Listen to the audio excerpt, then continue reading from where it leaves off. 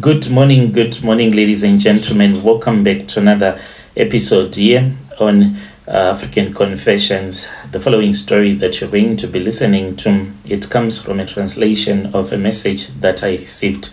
There was a story that I was supposed to read yesterday that I was supposed to share with you. Unfortunately, the sister, they found her in a mortuary in Capetown, sharing the picture that she had sent to me so that we can share it here on our platform, because they have been looking for her. I don't know, was it 2 weeks that they've been looking for her? Unfortunately, they found her in a mortuary in Capetown. So the message that was sent to me yesterday was like this. This is a narration. We are looking for one of our sisters who stays here in Capetown. As you can see, this is the picture of her daughter.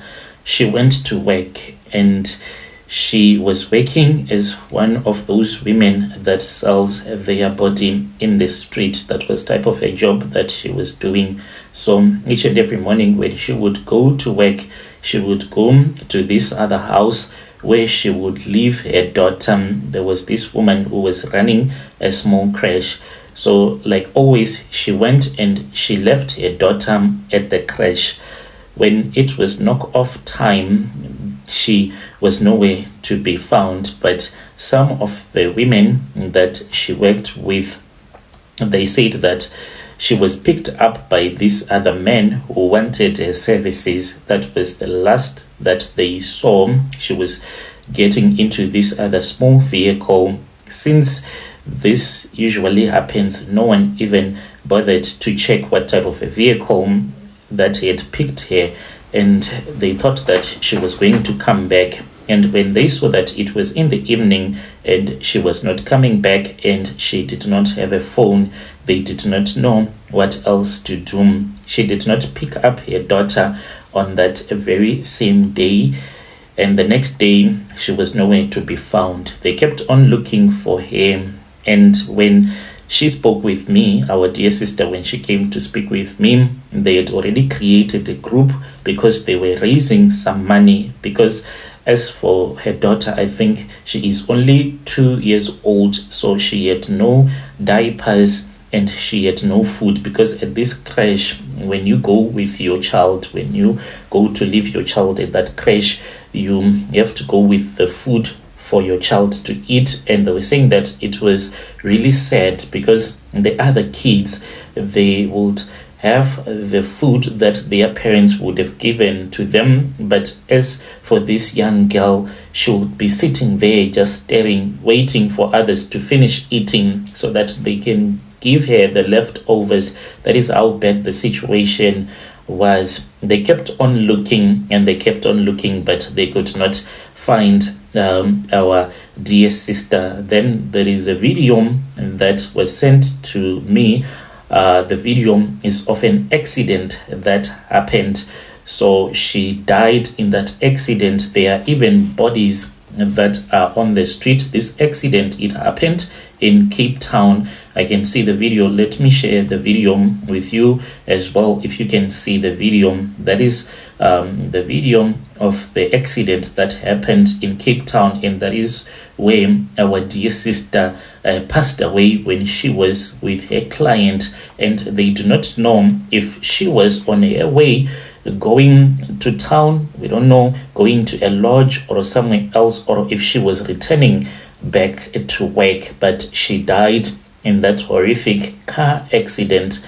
It was quite sad, the thing that happened. So our dear sister is in the mortuary. If you are in Capetown, because they were trying to raise 1,500 rands so that the little girl can be returned back to Zim. If you are in Capetown, if you want to speak, if you want to help this family to repatriate the body of the deceased, I can give you the phone numbers so that the body can be repatriated back to Zim. Because if they were failing to raise 1,500 rand for the little girl to be returned back to Zim, and the money that will be needed by the funeral parlors for your body to be returned to Zim, it is going to be quite a lot. If you are staying in Cape Town, let me check where they were saying here the message they were saying. I think the crash is in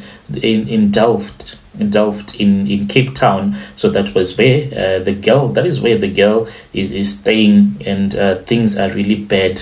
Let us try to talk about this in the comment section, as well as to speak with our dear sister who brought this story to us. And if you want to help this family, you can come and I can give you the phone numbers so that you can help the family. We really do not know what happened to our dear sister. Why is it that they had this accident, she and her client? You never know. Maybe they were fighting with the client. Maybe the man who picked her up wanted to do something bad. It seems as if women are not safe anymore in South Africa. You need to be careful at all the times. It seems as if there are men out there who can just pick up a woman, then the next thing, the woman is dead. Let us talk about this in the comment section. And then there is another message that was brought to me by one of our dear sisters. The message, it reads like this: "Hello, Brother Nashi, how are you? Can you please post my own story as hidden identity? I am a woman. I am not going to tell you the province where I am staying here in South Africa for my own safety, and I want to remain as a secret. Do not share my phone numbers or my name with anyone, but I need genuine help from your listeners. I have been asking myself a lot of questions. Why did I do money making rituals when I can't even take care of my own mother? I have my mother who is back home in Zim. My mother is suffering. I received a message from one of the village headmen, so I ended up blocking him because of the way that he was speaking with me. I did not like the way that he spoke with me, so I had to block him because he was very rude, because he only started by saying, so you are going to leave your mother while she is starving to death. She does not even have anything to eat. Why are you making your mother to starve to death like this?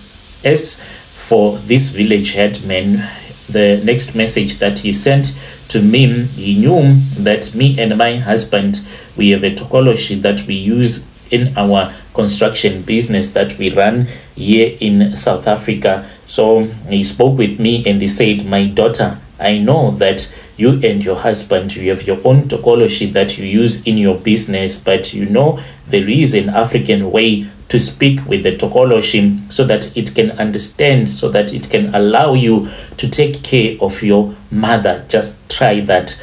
And he won't tell my parents or my relatives because he also have his own tokologies, and these tokologies, they were taken by his forefathers. They were using them because they wanted to be a village headman. They wanted that position as a village headman. That is why they did those rituals and got those tokologies. So we are one and the same, and he is not going to expose me. It is just that I do not like the way that he spoke with me. It did not show any respect to me or to my husband when he was speaking with me. So I blocked him on WhatsApp.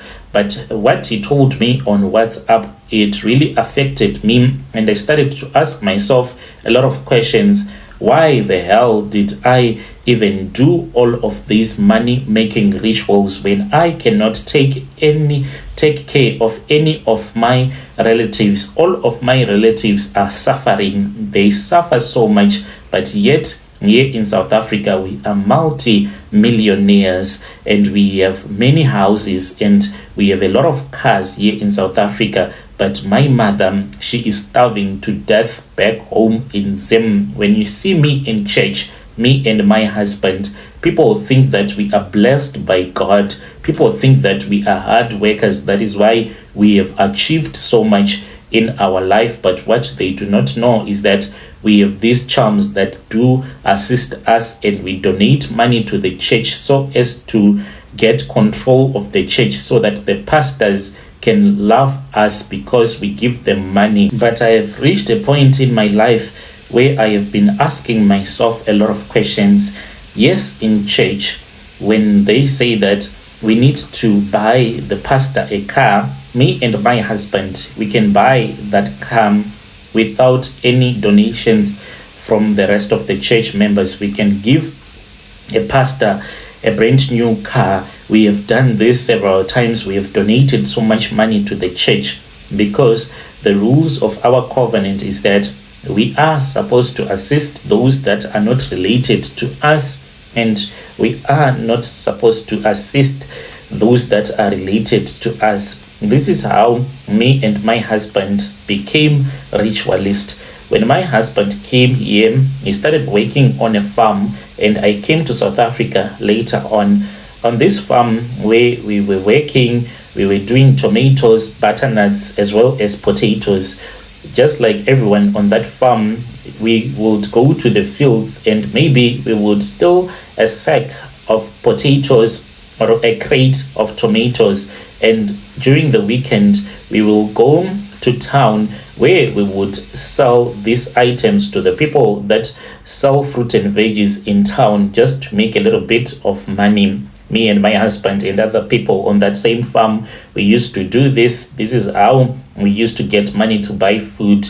And when my husband was caught, then we ran away from that farm and we started staying in the locations. Me and my husband, we started selling bread in town. We were not making a lot of money by selling bread, but at least we were able to survive. It then happened that my husband, he went to Zim. He wanted to go to get his passport stamped. So when he was at the border, he said that he met this other man. This man, he was making a lot of money, and he had actually bought a car, yet he was selling brooms and rakes in the locations, but he bought a very beautiful car that he was driving.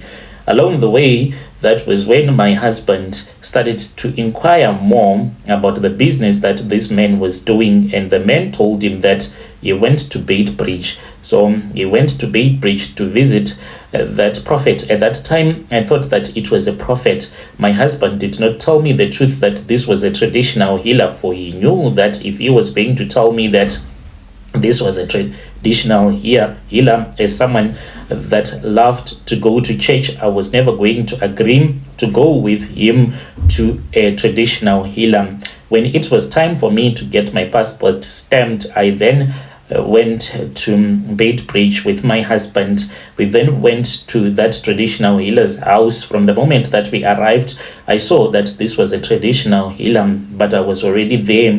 There was no more turning back. Since we did not have enough money to pay for his services, the man then said that I was going to work as a maid for a month, and my husband was going to help him throughout the month. This was how we were going to repay him, by assisting him in whatever that he wanted to be done.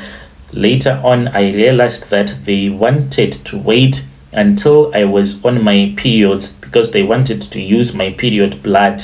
When I was on my period, the wife to the traditional healer would accompany me to the bathroom. Soon after, I would have removed the sanitary pad that I would have used that would be covered in blood. She would take it and chop it up to pieces and put it in the food that we were eating. This was done until I finished my periods, and we were given a small charm which later became our tokoloshi that we brought back to South Africa.